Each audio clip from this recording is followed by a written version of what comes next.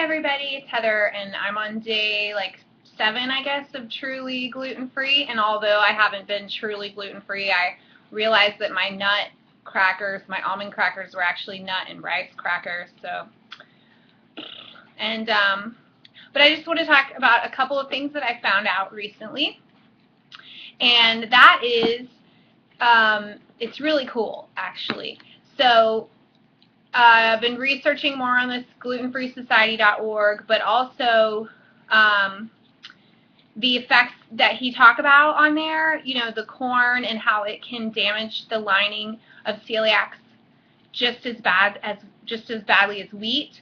Well, I came across this research study, and I'm going to have to find the link, but there's a specific bacteria called Bifidobacterium Lactis that has been shown to mitigate the effects of gliadin on our guts. So like if you have this gliadin or gluten sensitivity, this particular bacteria, it's an anaerobic bacteria, it's in your colon. It also helps to fight inflammation, and so that is really a hard bacteria to find. So you can find it in a couple of products like Primal Defense Ultra by Garden of Life, but Primal Defense Ultra is made with barley grass and oat grass, and it does have rice flour in it. It also has magnesium stearate that I'm not crazy about, but I have gone ahead and decided I'm going to take that because, number one, barley grass and oat grass technically are gluten-free. Number two, the rice flour is going to be a small amount. And number three, you really can't find that particular bacteria anywhere else unless you get Activia by Dannon, and they call it Bifidobacterium regularis. But Activia is just chock full of cornstarch and GMOs. And since corn is my main allergy, there's no way I'm going to touch Activia. So there's one more place, though, and this is what's so intriguing to me, and I just love it. One more place you can get this lactis bacteria is from raw milk and fermented dairy. And, of course, I don't know if you all know, that's how Eden culture started with me with the kefir grains and the kefir milk at the local the food buying club that I was a member of. I sold kefir milk, and then I started selling kefir grains on Amazon. Well, I quit doing that because the FDA, and I'm just don't want a SWAT team coming to my house. But when I did get pregnant, you know, it's been 2 years now since I did. I was drinking raw milk and I was drinking kefir. And I remember this one point in time when I used to enrich my grains with different probiotics, and some of them, I remember one time I put a probiotic pill in there and it just like ruined my grains. But another time I actually dumped a Primal Defense Ultra onto my grains. And I remember worrying a little bit about it because Primal Defense Ultra has that dark green color, and I didn't want, you know, people to think that, oh, these grains have dirt in them. But that is when, right after I did that, I think it was actually before I started selling them on Amazon actually, but right after I did that is when they just started blowing up and growing like crazy, and just I had so many that I had to sell them because I was really just trying to make the kefir to begin with, and anyways, for me, and then I sold it at the co-op, and then I, you know, ended up selling the grains, and it was just like this wonderful thing. So lactase, yes, but it is naturally in raw milk, and of course I prefer, and I'm sure if you grow kefir grains you would prefer to use raw milk, because if you've ever used pasteurized and then raw, or even almond milk or whatever, you'll know that it's just ridiculous. I mean, they are meant to be made in raw milk. That's where they came from, was people that stored their raw milk in goat stomachs, and no one even knows where the first grain came from. So here's my epiphany from all of this, which is, are probiotics making us worse? You know, most probiotics you buy have 1 or 2 strains in them, and it's not usually this lactis strain, and who knows what other strains we should have in our gut that we don't know about, and who knows what other strains, Angel, are you sneezing? Poor dog. Who knows what other strains are in raw milk that we haven't isolated yet.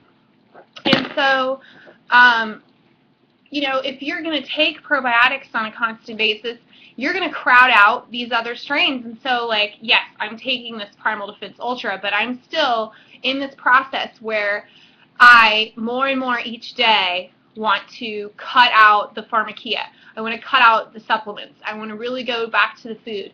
Now, unfortunately, since we've lived here in northern Florida, I was unable to find raw milk for a really long time, and my health has suffered for it, and my acne got worse and lots of things. Plus, I started eating wheat again. And it's just really ironic to me that, you know, back in Bible days, they would drink their raw milk with their bread. Their bread had 5% gluten instead of 55% gluten. And on top of that, their raw milk had... Christopher Davis went offline. Christopher Davis just signed in. Thank you, Skype, for ruining my video. Hold on. So they were being protected. That bacteria, stop it, was protecting their intestinal lining from getting damaged from those gliadins. So who's to say that that bacteria isn't going to protect me from the glutens in corn that Dr. Osborne talks about, which it's not called gliadin in corn, it's called something else. But if corn can damage a celiac's gut, then why couldn't wheat damage a corn allergy person's gut? And if lactase protects celiacs from wheat, why wouldn't lactase protect me from corn? So, you know, we don't live in the Garden of Eden, unfortunately, so raw milk is hard to come by. Also, I just want to say that, yes, you can get food poisoning from raw milk. The most common two bacteria from that would be Listeria and Campylobacter. Campylobacter is completely eradicated by chewing raw garlic, so if you ever get sick from raw milk, chew up some raw garlic. But, you know, if you're but I just am still an advocate of raw milk. I'm sorry. And it is true, though, that you could be sensitive to milk because if a cow is eating corn or wheat, those glutens can go through the milk, which is why I can tell. If I drink raw milk from corn-fed cows, I will break out. If I drink raw milk from 100% grass-fed cows, I am perfectly fine. And I've been blessed to recently have found a source out of Marianna, Florida, and it's 100% grass-fed because I've been drinking it, and it's just, like, fabulous. So once I get myself healed from avoiding all grains and drinking raw milk and taking this Bifidobacterium Lactis from the Primal Defense Ultra, or you can actually, Cultures for Health is a company that sells kefir grains. They were one of my main competitors when I sold kefir grains, but they have a yogurt starter on their website that actually has lactase in it too, but it's one of those where you just use it one time, you just put it in and it makes yogurt once, and then you have to get a new packet each time. So, yeah, so I would not recommend Dannon Activia because it's just a bunch of crock of Monsanto nastiness. But I hope you found this information helpful, and I hope that it helps me too. But I just wanted to share. So are probiotics making us worse? Well, yeah, pharmacia. Oh, one more point. Pharmacia. In the Bible, in the book of Revelations, it talks about all nations will be deceived by their sorceries, but the actual Greek word wasn't sorcery, it was pharmakia, spelled with a K, which actually is what they would call witchcraft, but it's what, you know, drugs today. It's these mixing of all these different things. That is going to be the downfall of man. That's probably what's going to help, you know, proliferate these plagues if you believe in the Bible. So think about that, you know. I'm trying to get away from pharmacia.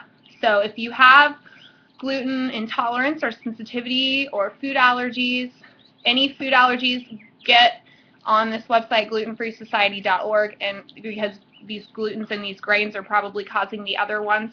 And also, you're going to have secondary nutritional deficiencies because of that, so you're going to need a little pharmacia to get you back up. But raw milk is also fabulous because cows, you know, they're very similar to us, and so they can live off that and thrive off that. So it's almost like a good way to reset ourselves if it's 100% grass-fed and if it doesn't give you food poisoning. And if you want to avoid food poisoning, I'm not sure about the Listeria, but the Campylobacter If you leave some space, like if you pour the first glass of milk out and that's like your tester glass and you're like, ugh, but if there's some space in the jug with some air and you shake it up and aerate it, after a day the Campylobacter numbers will decrease and then the good bacteria numbers will increase and it'll go away on its own. So the most dangerous time is actually when it's the freshest, believe it or not. And so shake your milk every time. If you drink raw milk, shake it, close it up. Make sure there's air in there. Campylobacter are microaerophiles. They like a small amount of oxygen, like a very low amount of oxygen. So get lots of oxygen in there. Okay, bye.